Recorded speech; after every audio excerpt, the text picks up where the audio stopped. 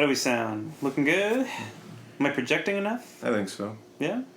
If I had money like Henry Ford, I'd buy me a recast, Wait. yeah. My body just kind of locked up a little bit. Hey, if you're a part of Sherlock, get your shit together. Yeah. You like girl shows, Eric. I don't like the show. I don't like that dog. This is your bed. You made your bed and now you're gonna get fucked in it. I'm not gonna stop this. Micah, please. I'm not gonna stop this. Alright, I'm over it. You pinched my foreskin off. Welcome to Power Crease. That's not the story. Be it in the grim darkness of the far future, or on the blood-soaked battlefields of the old world, a secret cabal of casuals meets under the cover of night to argue about their plastic army men. No local meta is safe, for they are the Power Creeps.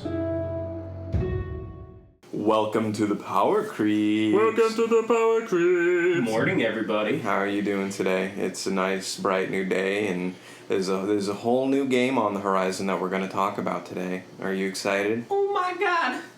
I, for one, feel like the world is coming to an end. Oh, fuck.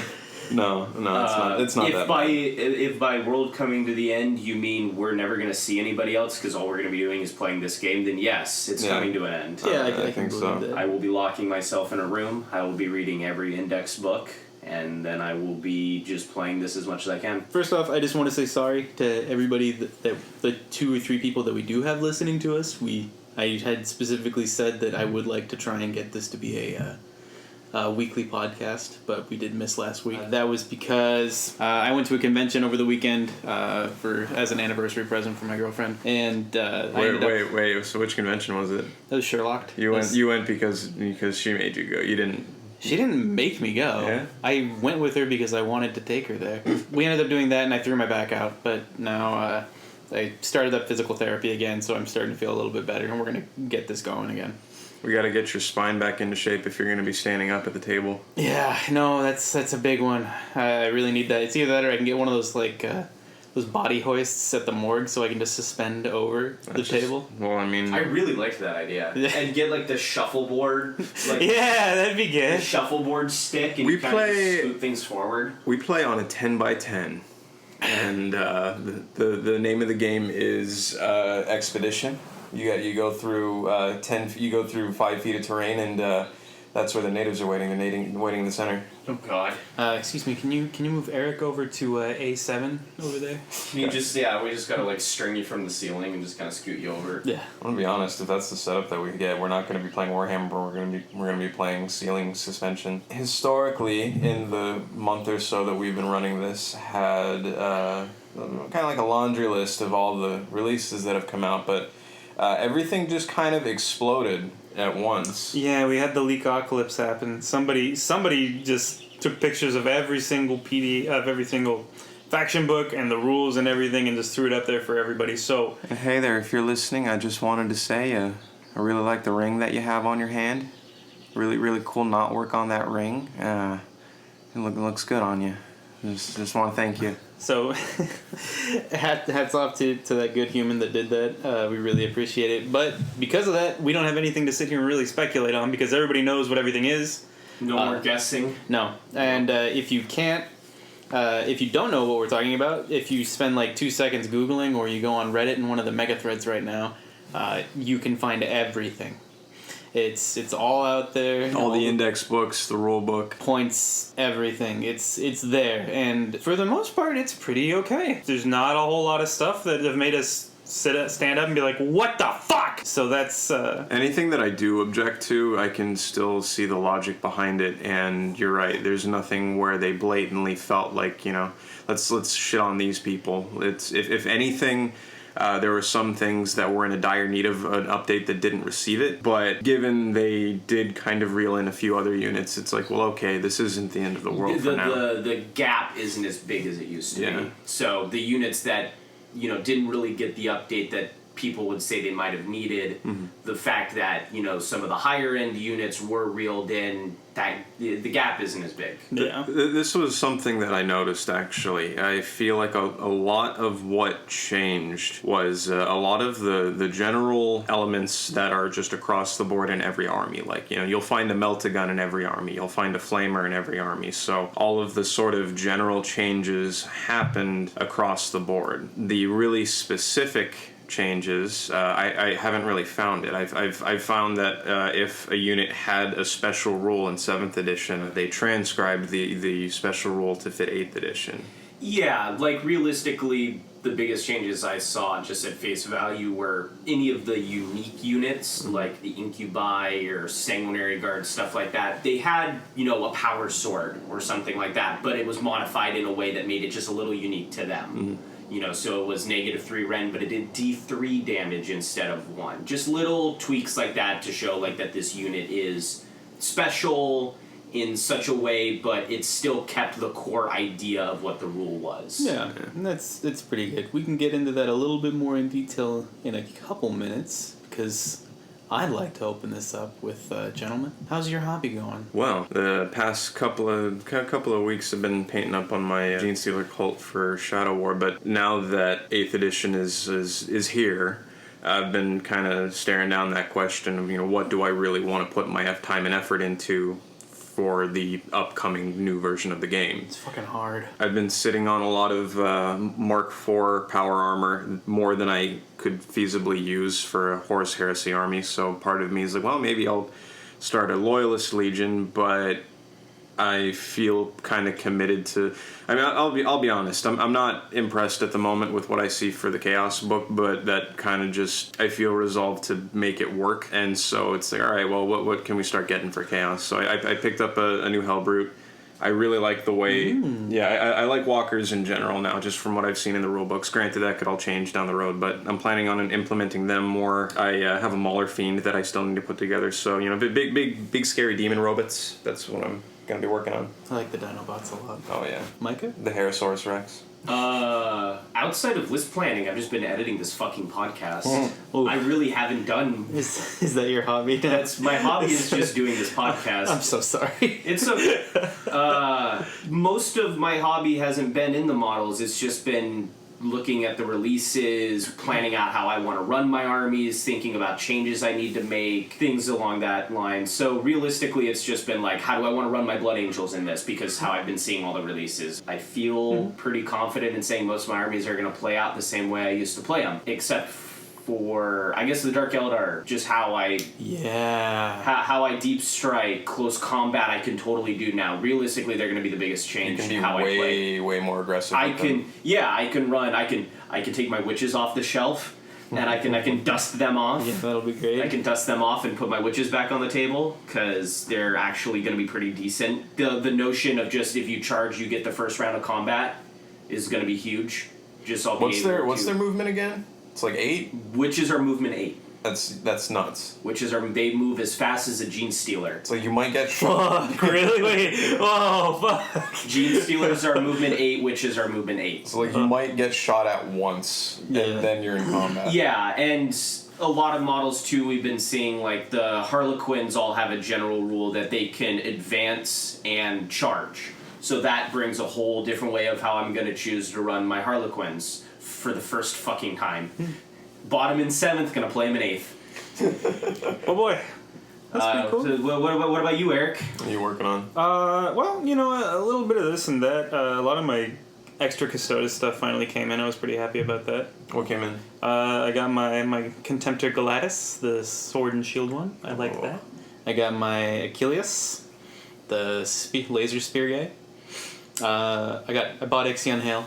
I'm gonna convert him into a shield captain though, so we won't actually be Ixion Hail. I got the upgrades through for the laser gun Custodes 2. Oh, nice. And then some Legion multi-meltas for my salamanders. So Meltas are gonna be great.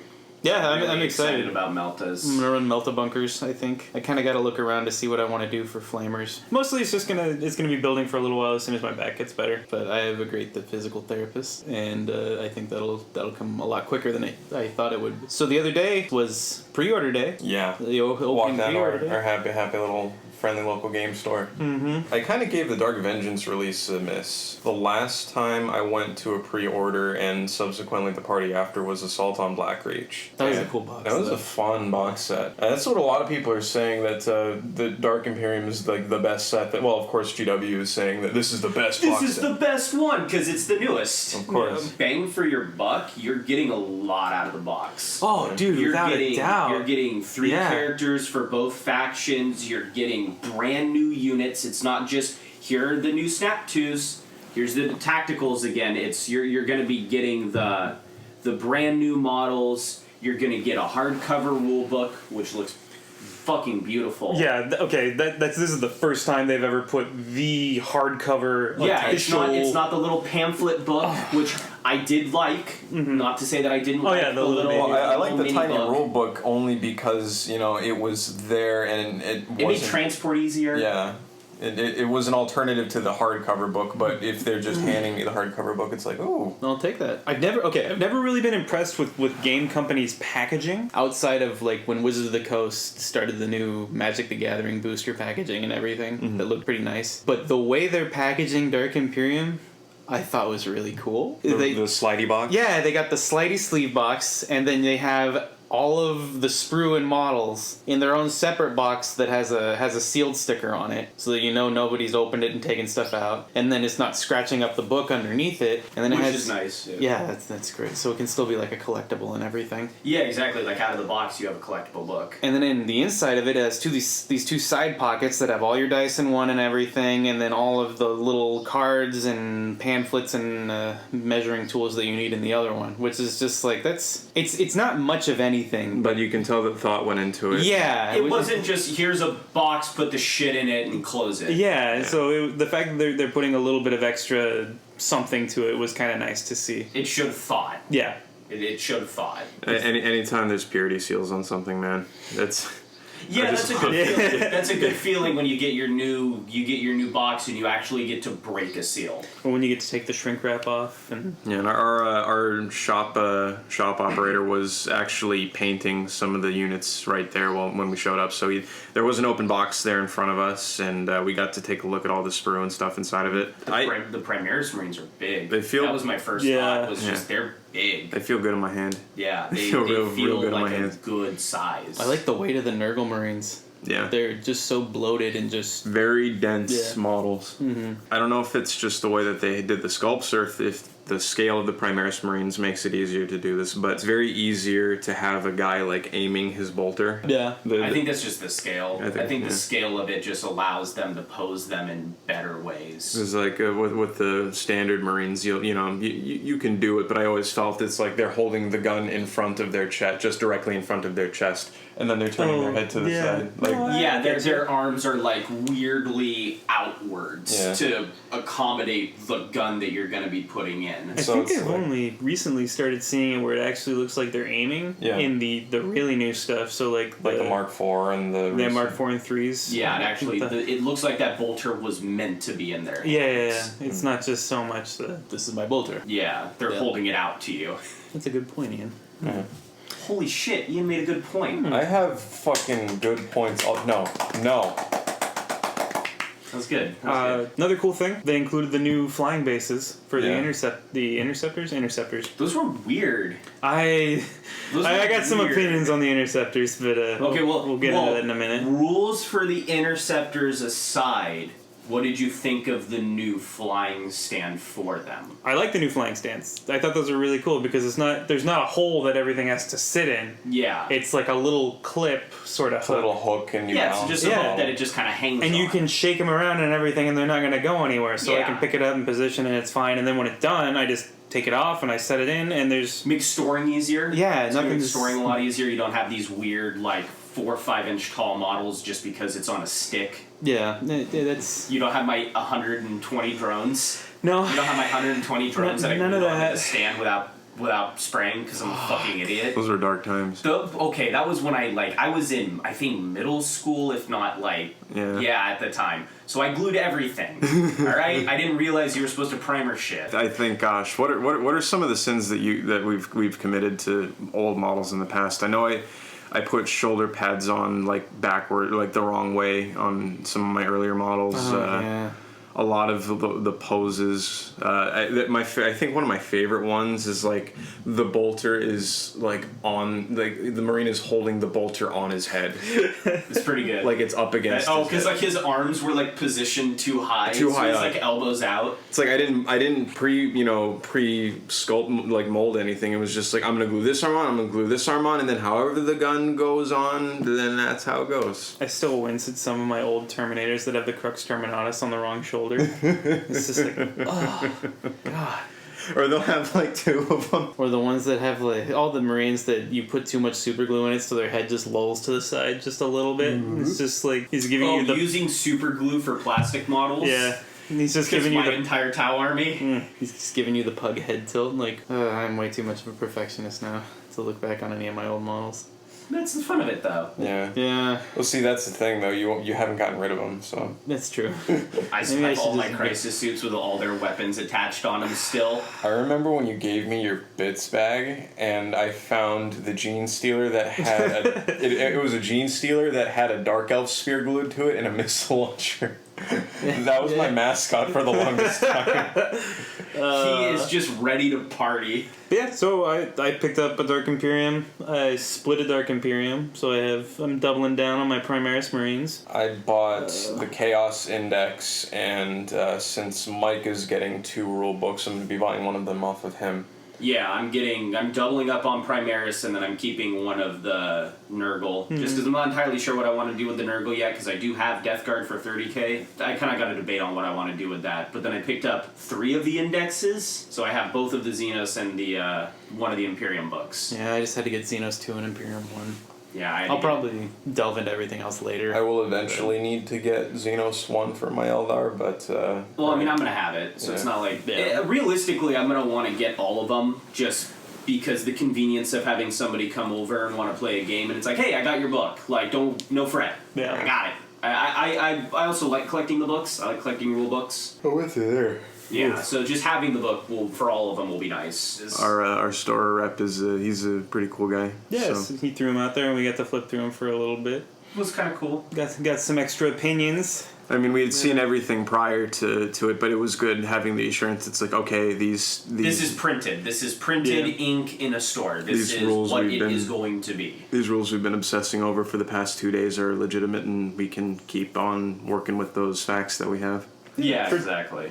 And for $25 for each one too, it's not bad. If I was getting the Xenos book, it has Eldar, Dark Eldar, Harlequin. It has Ynnari in it. Ynnari's not gone.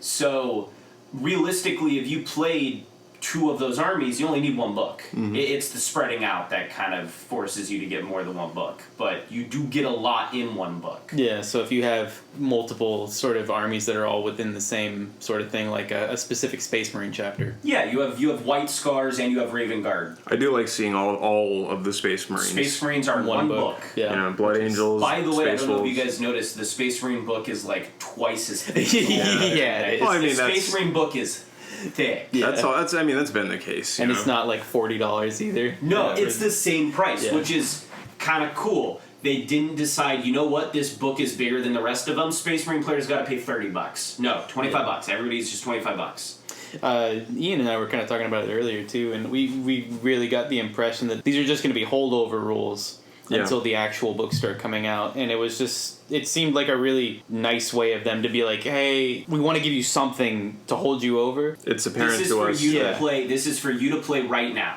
You're going to get the book, you're going to get your index, you can start playing. There's no delay, there's no, everyone's using their 7th edition book until their 8th edition book comes out. It's just everybody gets to play right now. I mean, I just remember in previous editions there'd be a time where I would be playing, say, like a 3rd edition army in the 4th edition rule set, and you would have, your assault cannon is only heavy 3 while they're running around with a heavy 4 rending assault cannon, and so it's like Blood Angels, Dreadnoughts having less attacks than everybody else in terms of the FAQ. But at the same time, you can tell that there are a lot of things. Like, okay, well, the newer codexes, for example, they retained a lot of their new elements, and then a lot of the old codexes didn't gain much to bump them up to get them, on the same power level, so to speak. So it's apparent that they're still going to address those imbalances that might still exist, and they're going to give older armies updates down the road. A lot of what did end up changing was war gear. A lot of war gear changed. A lot of rules changed. And if there was a unit that was dependent on war gear, like, I don't know, Wraith Guard, if the one special thing about them is their D weapons, yeah, they felt the nerf, more so than anybody. They serve their function, but, that is an example of a nerf. An example of just a blanket buff that everybody received, or rather everybody that was relevant to it was Terminators. Yay! Yeah. Terminators across the board got that extra wound. And the way I see that, it's not so much they were like, oh, the Dark Angels, Terminators need an update, and so do these guys. It was just a very general, broad decision. All Terminators are brought to this level. Exactly. And that's kind of what we're seeing. All of the buffs, all of the debuffs, they're very broad strokes, and then you'll have units that are, not so much, busted because of their war gear, but because of the special rules that they have that are still retaining that power level. I'm going to complain about the Wolfen again. Buckle up, everybody. The Wolfen still, get their obnoxious I kill you after I'm dead maneuver, and, that's exactly what they had in the previous edition. They're still busted because they're retaining the special rules. It's not the war gear. So the elements that make them unique are still going to be what makes them busted. Chaos doesn't have a lot of that because it's an older codex, and so that's probably why I'm so butthurt about it, because I was going into it hoping like, oh, maybe they'll toss them a bone and give them something special that's in the same vein as, say, the Wolfen, or the Deathwing Terminators, or the other elite assault units that the other armies have. But not yet is what I'm interpreting here. One of the cool things, though, we noticed it the other night, was that combi weapons, they're relatively the same price across the board. So it's not as though Space Marines are getting cheaper, more affordable combi weapons anymore than like Chaos or stuff like that. It's just a flat rule or a flat point cost for that type of a weapon. Everybody gets, and when there are inconsistencies that lead to power imbalances due to cost, those have been las cannons are las cannons in rule and point. Yeah, that's what they are. Which is pretty nice, actually. I'm excited about that. Yeah, it means you got a Havoc squad and oh god, why am I forgetting the Space Marine equivalent? Devastators. Devastators. It's funny, I don't play Chaos. I play Blood Angels, and I can't remember the name of a Devastator squad, but I remember Havocs every time. Havocs are cooler. Sound way cooler. They get those auto cannons. Yeah, that's true. I like the auto cannon. Yeah, but it's they get the same weapon options for the most part, but at least the weapons that are the same points. I think what that is part of why they developed the power level system too. I actually really like the power level system. I think you're going to see a lot of people playing power level just because you get to bring all of your bells and whistles. And I don't even necessarily view it as casual, because all it means to me is everybody gets to take their super lethal options that they're entitled to.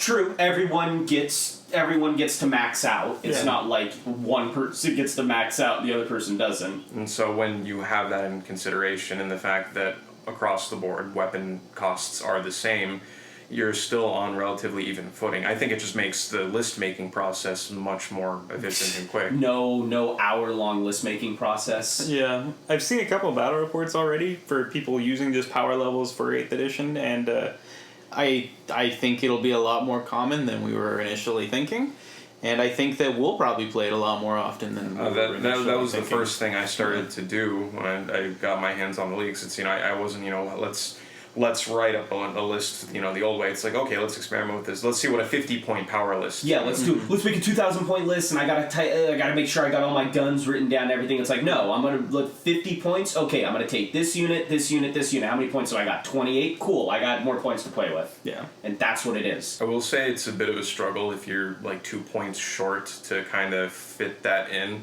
Yeah, so it's gonna be very common, I think, moving forward to see lists that are 2,000 points or 50 points, depending on or power level, excuse me, and being at 48. I think being at 48, 47 is going to be a common thing. I don't know that I haven't really looked into the rulebook, like the regular rulebook, all too much. Is there going to be something like the Triumph table that you get to roll on? As far as I'm aware, there isn't. Yeah, I don't As think far I as saw I'm anything aware, like there that. isn't anything along the lines of like the Age of Sigmar Triumph table. Okay. Which, for anybody who doesn't know, is if you are the lowest point in the match, say your opponent is 1,000 and you're, 900, you get to roll on a table and you get a bonus of some sort depending on what you roll. So yeah, it was pretty fun flipping through the books and everything. And now, having held the Primaris Marines and seen them up close and seen the other leaks that are coming out for them with the Primaris Dreadnought and the tank, the Repulsor. The skimmer land raider. Yeah, the that floating thing. plane raider. What do you how are you guys feeling about that? What do you think? I think it totally makes sense that they get their own vehicles because fuck it, they're their own Marines. Why wouldn't they have their own vehicles? So whatever. Like the fact that they get their own thing, who cares? When I initially saw It just looks stupid. Yeah. It just looks... Because the first time I saw it, I was like, wow, that's a weird-looking Land Raider. And then I saw a side picture of it, and I saw it on, like, a flying base. I'm like, the fuck is that? I thought they were on treads initially. I thought it was, like, on treads, and I'm like, wow, that's a really weird-looking Land Raider, but alright, cool. And then I saw it on a flying base, and I didn't understand it. The stance that I have for these, okay, I understand Primaris Marines are a new thing, and that's all gene enhancement, and the Primarchs are like made of that in spades. So it makes sense. The Gullman shows up and he's like, hey, I've known how to do this. Maybe you don't, but let's do it. The fact that they're making new tanks that are specific to Primaris Marines, that doesn't make any sense to me. Like, what's special about a bigger tank? Why did it take this long for us to get, But if they're building an entire army from the ground up... I guess part of it, too, is it's, hey, we're going to advance forward, and we're going to have better machines. We're not just going to keep using the same crap we've been using for, 10,000 years plus. Yeah, from a fluff standpoint, I can agree with you that it is kind of weird from a fluff standpoint, but from a business standpoint on GW's end, of fucking course they were going to get their own vehicles. And just the idea that if you wanted to run a Primaris only Marine force and you wanted to use only Primaris vehicles, now you have the ability to do that. I personally don't plan on running an entire Primaris only Marine army, but somebody out there is going to want to, and now they'll have the ability to do it. I think it'll stay limited, kind of like how Harlequins are, where they have a transport, and they have a tank, and they have bikes, and that's really about it. So that's actually interesting. Erik here is only planning on running his Primaris Marines by themselves. Yeah, more than likely. Just because I don't... You don't like mixing Skittles and M&Ms? No, I'm not a fan. No, that's actually a pretty good way of putting it. No, I don't like the idea of them being together unless it's very, very limited. Like the 5-man Hellblaster unit just doing something on its side of the table. Yeah, and at most that's what I would do with my Blood Angels, because as unfortunate as it is, Ball got fucked over pretty hard by the Great Hive Fleet. You're welcome. We got you. And so we got you. As a lot of the armies are concerned, at least as far as I've looked into, Blood Angels make almost the most sense having Primaris Marines in the list, but I have so many tacticals, I would kill myself if I wasn't using them. So at most I would be using, a squad of them with their new the new captain dude, whatever his name is. What are you planning on doing with the rest of your dudes? With the rest of them? I like the Interceptors. I do. I think their model looks stupid, but their rules are so good, and I love jetpacks. I want to run my Blood Angels as a nearly entirely jetpack force, like how I used to with Death Company, my captain, my librarian, everyone had jetpacks. So just the idea that I can bring another version of a jetpack in as the Interceptor Marine, it just makes sense to how I want to play my guys. Not only that, but it's pretty unique that it's a jetpack unit that's shooty. Yeah, it's a shooty jetpack unit, which is really cool because most of my jetpack units, you're right, are my Death Company. I want to get them in close combat. My Assault Marines, I want to get them in close combat. I might want to shoot you with Meltas or whatever, but realistically, I'm gonna charge you with them eventually. I'm gonna power fist you in the face. So the idea that there's a jetpack unit that I can bring to the table that is shooty. That's different. That's unique to them, and that would kind of aid how I want to do my playstyle. So outside of a unit of them, though, I don't see bringing a lot of them. I don't see the reason to realistically bring them, because tactical squads can take the heavy weapons. Tactical squads can take, different options. I mean, you've always had the option, because that kind of goes back to Horus, the Horus Heresy. Thing. Exactly. It's exactly how Horus Heresy works. The bigger of a blob you bring, typically the cheaper it gets. But as far as I've seen, and I obviously haven't looked through every unit, Chaos Space Marines was the one that stuck out to me, that they actually got cheaper the more you brought. Yeah. It's one of the few armies that I know of where you can have dudes in power armor and units upwards of 10, or beyond 10, I should say. That's definitely the case with the Chaos Marines. The cultists you don't get any diminishing returns on that, but that's okay. Is everybody ready for 8th edition? Cultist Supremacy? Yeah. Cultist Supremacy, the edition? I'm pretty excited about what they're capable of doing. Just the fact that, there's a lot of ways to buff your other units. You can keep Chaos Lord nearby, and it's, all of their to-hit rolls. Not just in close combat, but, it's to-hit. Yeah, that's a very specific thing with a lot of the characters, is if it says it gives a bonus to hit, that's shooting and close combat. Mm-hmm. It's just to hit. It's like I'm going to be running around with my assault cultists are going to have the Dark Apostle standing by to get them to rerolls for their close combat attacks, but I'm thinking of running a Chaos Lord now with a combi weapon that's just going to chill back with the the shooty cultists, and it's like, hey, shoot better, you assholes. He's just pistol whipping them. Basically.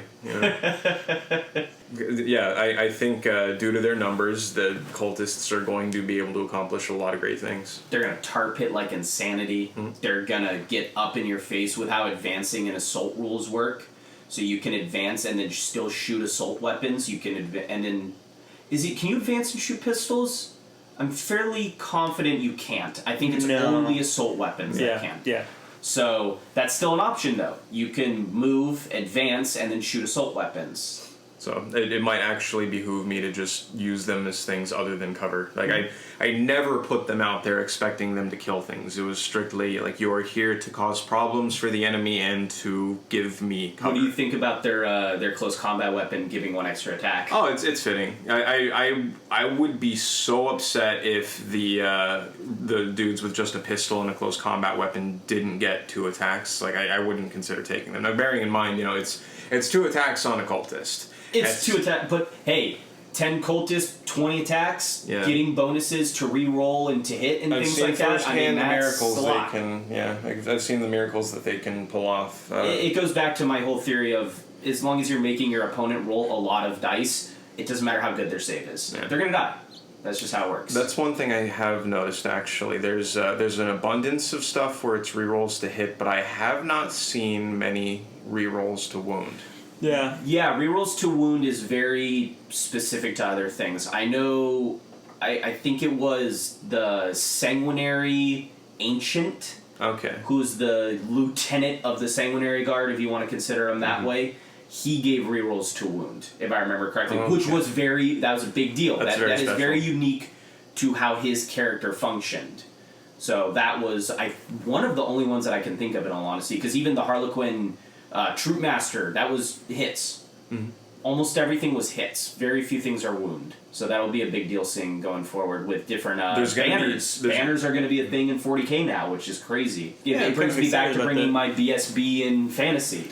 Like, I get to bring a banner, and it actually will do things for my army. I had an idea for a little bomb unit that I was kind of thinking of running for my salamanders.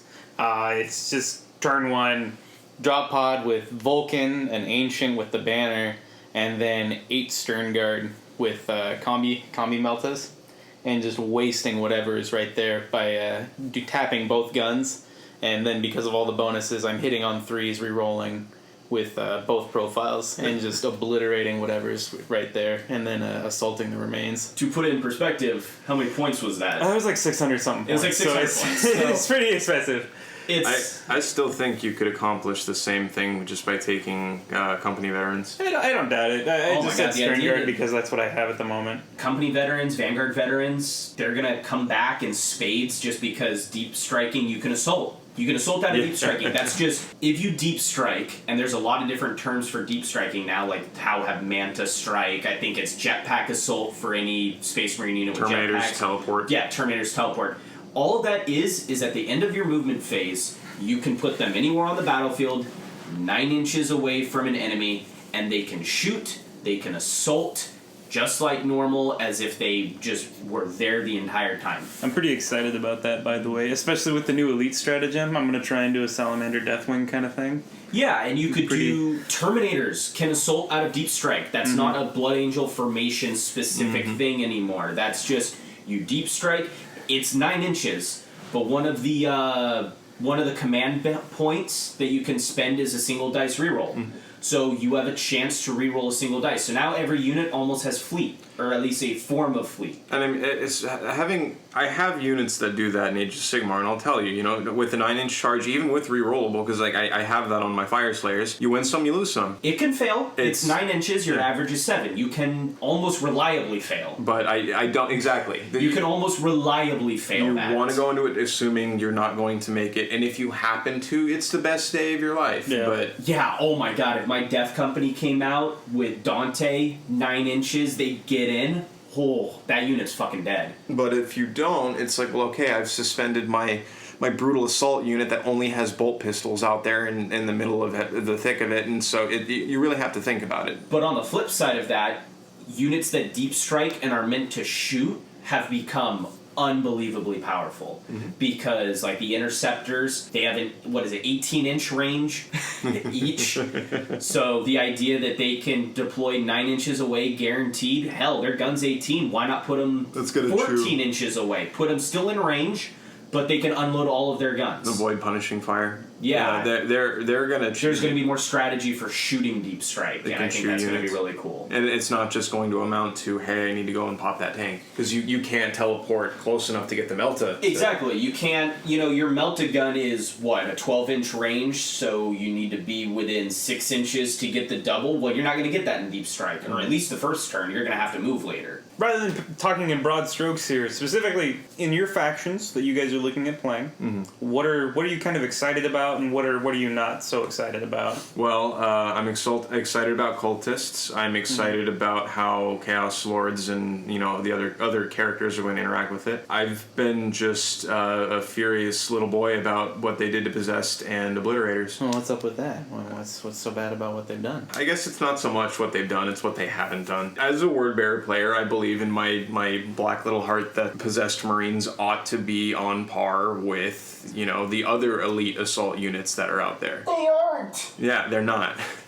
And that's the thing. They're being presented as shock troopers, expendable units that they can kind of go for the jugular, but they don't commit to playstyle for them. They're more expensive than Khorne Berserkers, which are arguably a better beat stick unit. That's out. They aren't as reliably. They can't kill things as reliably. They might just get one attack apiece. These scary demon possessed Chaos Marines. They might get less attacks than a Marine that isn't possessed, and it's the fact that they have the D3 attacks. If it was D3 plus 1, I'd be less inclined to complain, because I do like that they were brought some consistency rather than getting rending attacks and potentially getting AP3 for their attacks if they roll well on their possessed roll. For their Vessels of Chaos roll, they just get a flat -2 rend. That's nice, but they're little too expensive. There's no reason to take them when you could just take Khorne Berserkers, and that just it irks me a little bit.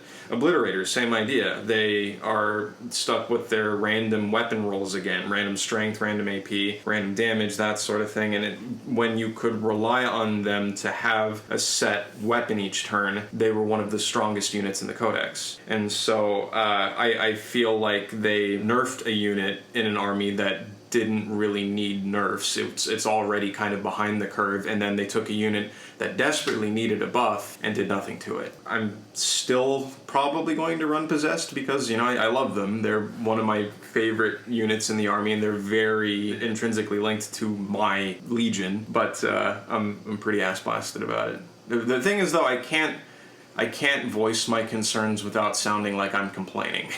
So Well, and the thing, it's not even a complaint, because realistically, we haven't even played yet.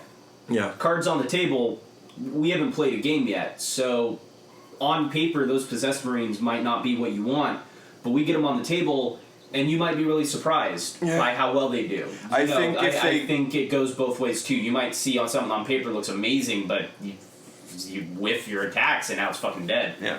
No, they're quicker, and I'm assuming that if they get the What's jump their on movement, anyways? 7, 7? Yeah. That's good. it's good for Pretty fast. Marines. Yeah. That's fast. I'm assuming that if they get the jump on, most any other assault-oriented unit, if they're the ones that get to attack first, they'll probably win. Yeah, and that's the Probably thing you got to think of too is assault units that charge into combat that turn attack first no matter what. Yeah. Then you go into the rotating attack. So Oh, and they only have 1 wound. That really grinds my gears. That's a little silly. that's okay. I'll give you that. They Out the door, they should probably have had 2 wounds. they have 2 souls. They should have 2 wounds. Do they have feel no pain? Well, it's not feel no pain anymore, but did they have a? They have a 5 up negative- and they have a demon save. They have a 5 up invulnerable. Yeah. Okay. Which is probably why their 22 points as opposed to say 7. I will say before I get into like things that I like and dislike for invul saves specifically, calling it now are gonna become very powerful. The idea that an invul save ignores rend. So say you have a model with a 3-up save and they get hit by something that's a -3 rend, they now have a 6-up save. But they have a 3-up invul, which I've seen a lot of characters and models having that sort of save. They're just gonna take that 3-up invul always. Yeah. Regardless of what the rend is. And I think even a 5-up invul is going to be a really powerful thing. So your possessed Marines right there are already better than most other close combat units, just because they have a 5-up invulnerable. Harlequins are all 4 now. That was what I was really excited about. Harlequins have a 4-up invul save instead of a 5-up invul save. It's a 50-50, my guy's going to live no matter what. Did you have anything else? No, I no, totally that's- just jumped No, in. no, that's jumped in about it. Give us your goods and Yeah. bads, Micah. What do you got? Take it away. What do you got? Goods. Okay, I'm just going to shotgun stuff out. Harlequins have a 4-up invul save. Fucking love that. Harlequins have the ability to advance and charge in the same turn, which means I can move them 8 inches, by the way. Then I can do D6, say an average of 4, 12, so I'm moving 12 inches. Then I can charge 2d6, average of 7. I'm moving 19 inches with my charge. The Crisis Suit Commander, that is the flyer, has the ability to move 20 inches. He can move 20 inches. He can advance 20 inches. He doesn't advance a d6. That's kind of cool. So I can move my commander 40 inches. Now, commanders also have the ability to initiate Kayun and Micah. And one of the abilities is you can shoot after advancing, which means I can move him 40 inches and then shoot his guns as if he hadn't moved. So I'm going to get in your ass and then I'm going to shoot you. So Yeah, that's you're gonna- super cool. You can set him up in a in a corner. I in the could, middle yeah, of I could nowhere put him in and a just- corner where I am 100% guaranteed he's going to be fine. Flying works really cool. You ignore terrain and other models in your movement phase, but outside of that, most flyers have a -1 to hit against them, which means flamers are now going to become the go-to anti-flyer, which I think Yeah, is which fucking is hilarious. I am going to take... My goal is to take a heavy flamer and kill a Helldrake, because I'm going to show that fucker what it's like. Oh my god, is this what I've been doing to people my entire life? I am gonna show the Helldrake who's Can you just boss. imagine like an entire building full of boys with flamers and they're just waiting for a plane to go by and they're like, okay now! There he goes, get him! And it's just like, ah! It's just engulfed in flames. Flyers can assault other flyers, so a unit of jetpack assault marines can assault a flyer, Yeah. which is hilarious That's to me. so goddamn Just cool. imagine storm boys like clinging to the top of a jet or They're something just trying shooting to it with a smash it hammer. open. Which is kind of cool. Yeah, that's hilarious to me. Dark Eldar across the board are what I wanted. They, for the most part, stayed very similar. The Archon comes with the Shadow Field guaranteed, so they get a 2-up invulnerable. The Venom has a -1 to shoot against it, which is going to make it that much more survivable because the Flicker Field. All of my vehicles still have their 5-up invulnerable save. Dark Eldar vehicles have Blade Veins. I won't actually cut my finger on a model anymore and it not have the ability to attack in close combat. Blade Veins on Dark Eldar vehicles is Strength 4, -1 AP, which means I can reliably take a Venom, which is weapon skill 3+, by the way, with 2 attacks, and I could throw it into combat, and I might actually kill something with a -1 AP. That's going to be really fun to do. I got interstellar bumper cars back. Shock prows on the bigger vehicles give D3 damage to one of the attacks. So there's a lot that I'm excited about. Really, after reading everything, there wasn't like a thing that really stuck out that made me upset. The Flesh Tearers, when they bring those rules set, they cannot bring models that say, only 1 per army. And that was GW's way of saying, if you're running Flesh Tearers, you can't bring Dante. Why the fuck would he be there? You can't bring any of the named characters. So... Is there still a Gabriel Seth? There is still Gabriel Seth. Okay. So the idea is if I want to play Flesh Tearers, and I'm bringing Gabriel Seth, I'm not bringing another named character. That doesn't mean I can't bring a Sanguinary Priest. That doesn't mean I can't bring a Librarian. It just means I can't bring Mephiston. I can't bring Brother Carglo, stuff like that. You don't get your Sanguinary?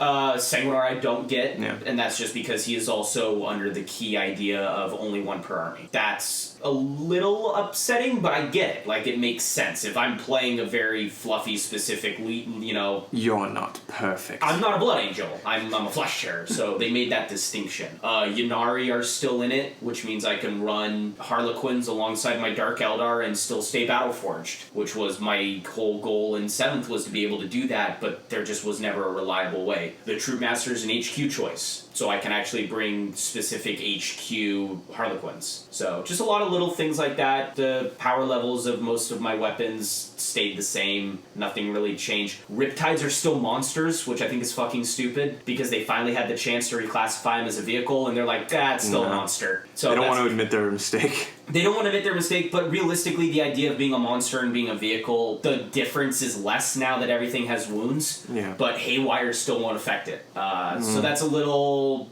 I feel like they had the opportunity there to mitigate something that they did in the past that pretty much no one agreed with. Because in 7th it made sense. Monster keyword came with a lot of things. The monster's creature. Where in 8th edition, it's just a data sheet. They could have made it a vehicle right there, and that would have been it. That's a very minor thing in a sea of shit I liked. So I have a much more positive outlook on a lot of things. But speaking about negative outlook, how you doing, Eric? For the most part, I don't have too much of one, which is a little surprising considering how pessimistic I am on a lot of this stuff. My Space Marines, I'm pretty much across the board pretty okay. The one thing that I was a little upset about was in the faction books, they're not including chapter tactics. So if you want to play your unique dudes, you're going to have to run your unique character, which is like, whatever, that doesn't really matter too much because I'm just going to run Vulcan in all my lists anyway. Well, I mean, Blood Angels had like the Black Rage special rule and stuff like that. Yeah, you didn't have special didn't get rules anything. for Salamanders? No. Oh, that's well, it's because you're a separate book. It's because you follow the Codex, Eric. It's Wait, just, what do you mean I'm a separate book? Because in the Index... No, like, Index aside, they're like a special Space Marine chapter. Oh, okay. And the stuff that I play is generic Space Marine, so they just didn't put chapter tactics in.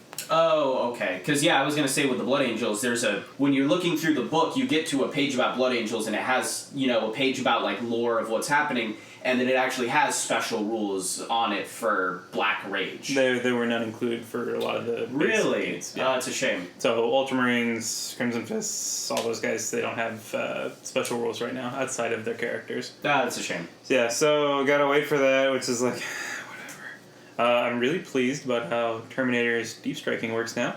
Mm-hmm. I'm gonna do that a lot probably with the amount of Terminators that I like having, which is pretty exciting. Tartaros Terminators. Yeah. Tartaros Terminators have profiles for Space Marines. That's pretty neat. I got a couple of those that I'm gonna have to build and paint. They run 7 inches. It's amazing. I'm probably gonna end up using them as like shock troops for the first wave of my sort of pseudo Pride of the Legion kind of list. But are you going to have every kind of Terminator? Probably not. I don't really want to run Cataphracti, honestly. Oh, yeah? It just really makes me sad because they're my favorite. They're really slow. They move 4 inches and they have their advance roll, so it's like the second they get out of their car, it's just like, 4 inches. I'm going to advance. I rolled a 4. Cool, I'm moving 2 inches. I mean, if you factor in that they were slow and purposeful, I feel like they're not much slower. Slow and I still feel like they could move quicker in that. Well, that's because you were given the promise of them to potentially go quicker. But So being guaranteed 4 is better than you rolled Snake Eyes and they only moved 1 inch in the old edition. Yeah. So you are getting your average at the very least. It's true, but it's just more of like, I gotta commit so many more points to this, especially with how expensive vehicles are getting now too. It's just vehicles like are if I really want expensive. this to be a mobile unit, it needs more points. It doesn't have to be a mobile What was the unit. what was That the is, 1,000 point Space Marine list was like 2 tactical squads and Razorbacks, a drop pod with Devastators, And a then- 10-man assault unit, and a captain. That was Yeah, 1,000 points. yeah. Crazy to think about that few models was 1,000 points. And Space Marines have always been expensive, but how points work now, it's not all 5s and 0s.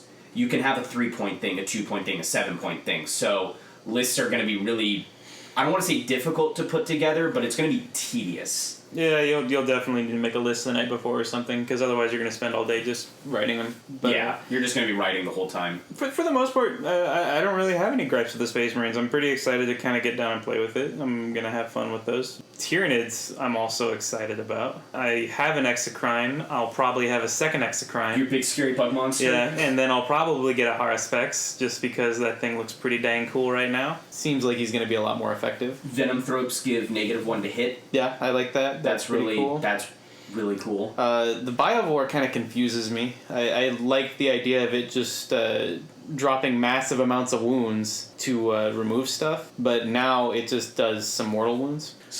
Well, to Well, I mean, say mortal- just is wrong. Yeah, mortal wounds ignore invul saves, and Yeah. mortal wounds They're gonna be can transfer from one model to another. So say you Yeah. do 6 mortal wounds, you kill a model, then you go to the next model. It's not like regular damage where 6 damage against a 1 wound model, you're just killing one model. I mean, you're gonna be really happy to have that when you're going up against those Cataphractii Terminators. Yeah, no, they very clearly have their purpose, and they're going to be very good at what they do. It's just, I like the idea of just putting the pie plates down and just doing a million little strength 4 hits. Yeah. For a while, everyone was in the faction focus. They were talking about how great the Pyrovore is, and then the rules for Flamers came out, and I was like, this doesn't sound very good at all. And then I read it, and their Flame Burst cannons have a 10-inch range. Yeah. So I can deep strike them in and still hit stuff. I'll probably get a 3-man unit of Pyrovores, which is something that I never thought that I would ever say ever.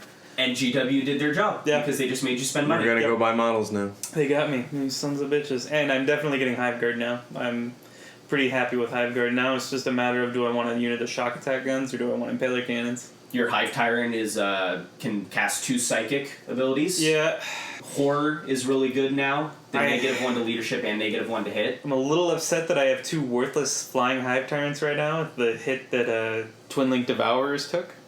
I wouldn't say just- worthless. I think you're being melodramatic about it. They're I think you're being, yeah, because I They're- mean, like, Venoms went from 12 shots to 6 shots, and they're still They fucking are good. way less effective than they were. Oh, yeah, granted, but the they- price drop is fantastic, but And so you take that into And you have to consideration. imagine, too, so how flying works is if you move your model 12 inches, 20 inches, whatever, there's no swooping, there's no anything like that. If you take a flyer, so a flying Hive Tyrant, and you move him, I think it's 16 inches that he can move, 12 inches? I couldn't Something tell like you off that. the top of my head. You move him, he can then assault. I've seen a lot of people saying that they're probably just going to end up running them with The grabby hands. the Rending little Claws. I think it's Rending Claws. I can't remember. I never ran them because they were always crap. But It's now not a apparently, Venom Claw. Yeah. now It's not apparently Venom. they're very good. I can still run my Doc Effexes, which is nice. It's just now I'm running them with Death Spitters as opposed to Devourers. I can just put Scything Talons on all of them, and they're gonna run into stuff, and they're gonna tear the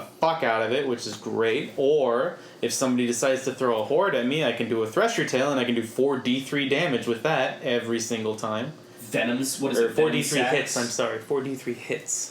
Which is just like, no, dead.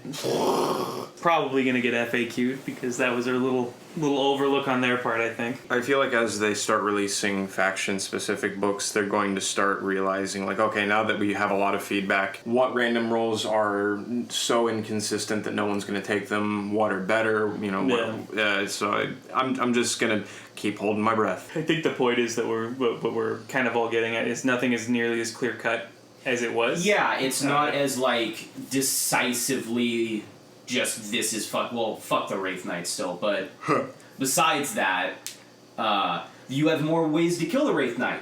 A Grot could attack and actually hurt a Wraith Knight if they get fucking lucky. My cultist mob. A Cultist Mob could take a Wraith Knight down if they get lucky. Yes, the Wraith Knight has a shit ton of attacks, and it does 6 damage per attack. But you know what? Against 1 wound models, it could be 6 damage, it could be 1,000,000,000 damage. It doesn't fucking matter. 1 attack kills 1 model. That in itself kind of did nerf the Wraith Knight in such a way. Anything that does D3 damage or D6 damage is going to be amazing at killing multi-wound models and a fucking waste against 1 wound models. That's one thing that I kind of believe when it comes to character fights, or when it comes to, you have 2 blender units fighting against each other.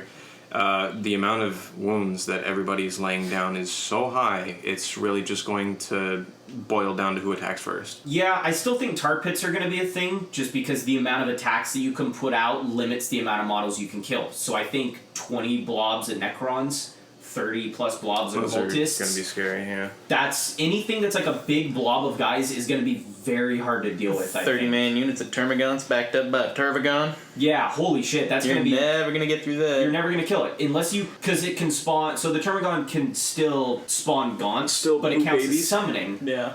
But the other option is they can replenish a nearby unit of Gaunts with up to 10 models. I should really put a little nurse's cap on one of mine. Oh, it'd be so fun to have a nurse's cap on it. But just the idea that's like, hey, you did a great job killing, 9 Gaunts, there's 9 back. Mm-hmm. Yeah, have fun killing them all over again. Yeah. So it's a lot of changes, but nothing that I'm too upset about, or nothing. Most of it's even just fine. I'm inconsolable. I'm going to set my army on fire. You did this, GW. You know what? Actually, I was gonna say I don't think I've seen a video of that yet, but I think I saw one video where a guy, he had a Deathwing army, and he put it in a box and he lit it on fire. But What I think was it was he upset about? This was early on. That was at the announcements of 8th. I think just the notion that 40k was moving towards Age of Sigmar Oh. Yeah. probably set him off. But I think that one very easily could have been a joke hoax one, video. just because he put it in a box and then boxed it up. Then and there was a cut. Then there was a cut. So it's just like, yeah, you're full of shit. But you never know. Check your local eBay listings. Oh, yeah. You might find some Every day, You yeah. might find Now's some the sweet time. armies. Check Craigslist put every online. hour, honestly. Just stay on top of that. You'll probably get something cool. I will say that 8th edition feels a lot like they took Age of Sigmar and improved it. That's safe to Yeah. say. It say that. feels I like agree. they took Age of Sigmar, they figured out what works and what doesn't work, and they said, okay, we're gonna make this better and fit 40k. So I think the games are gonna go quicker. I'm pretty confident in saying that after having now looked at the rules actually in ink and paper. I feel like the games are going to go a lot quicker. There's going to be a lot less debating with each other about things that happen. So I think Assault's going to be the probably hardest thing to nail down. But Alright, I think well. that's 40k in general has always been the Assault phase, has always been the most convoluted of the phases. Because shooting is just you point and click. It's like, can you hit? Okay. Then, I guess, roll to see if they die. No more Assaults getting fucking nerfed by No, it'd have to Overwatch, be though. within 2 inches of base-to-base contact, and get their pile-in maneuver. This occurs after the Initiative 10 step. Yeah, it's weird to say. I think the one thing with Assault that does kind of bother me is a model has to be within half an inch of another model. If they had said the first model has to go into base to base, then at the very least it would have been a lot more clear cut, at least with that first model. Yeah. Because I feel like half an inch is still kind of one of those measurements. It's like, that's not half an inch. That's not half an inch. It's 5/8. You're gonna find that everywhere. You're gonna find that Yeah. everywhere. But I feel like that's like, out of all the shit that I read, that's like the one thing that I'm like, someone's gonna fucking be a dick about this. It's like, listen, I'm 26. I got better shit to do than argue about the distance What of half a an half inch inch. is. If somebody's really gonna get adamant about them, I'll tell them to go fuck themselves, and I'm gonna be in Whatever, combat man. with them. Just whatever. It's like, what are you gonna do about it? I'm packing away. That just comes down to playing with randos and all that sort of thing. True. We're playing a game. Know that we do that. We're playing a game. We're gonna have fun. If an eighth of an inch is gonna fuck you up, just get over it. Yeah, fair enough. This is gonna go fast enough that Absolutely not. I will never. this is I gonna go will fast never- enough. If the eighth of the inch is the difference between victory and defeat, Oh. then I will not give it to you. Whatever. Not for a second, sir. I'm gonna just use one of my command points to reroll that one. I'm just gonna make extra sure I get there. Okay. Well, I guess we have to play some games now. Yeah, that's I what guess it's we really gotta play comes some down to. games. Can't really talk about it without playing, or we're gonna sound like tools. So maybe Maybe next week we'll start doing maybe a faction-focused kind of episode. Talk about something a little bit more specific because as we're getting there, we're going to get more people having the rules out and everything. More people are going to be able to look alongside what we're saying and call us out on our bullshit. Oh, yeah. We can't just ramble and make shit up anymore. By the way, if we sound stupid, tell us. Yeah, please tell us if we're sounding stupid. I would love for I mean, people to comment. if the things we're saying are stupid, but if my voice sounds stupid, don't say it. Or I'll get embarrassed. Make me sad. I think faction focus is going to be a good way to start, and I think if we start diving into the phases, that'll be a little bit more specific we can talk about. If there are actually, too, listener at home, if there are specific things that you actually would like us to cover or discuss, or even if you want to send us lists and have us crack them down and see our opinions on them and how they'll run, let us know. Talk with us. We like to talk with you guys. We really, really enjoy having the back and forth. I've had a couple people that have sent me a couple messages, and that has been great to sit down and actually talk about it.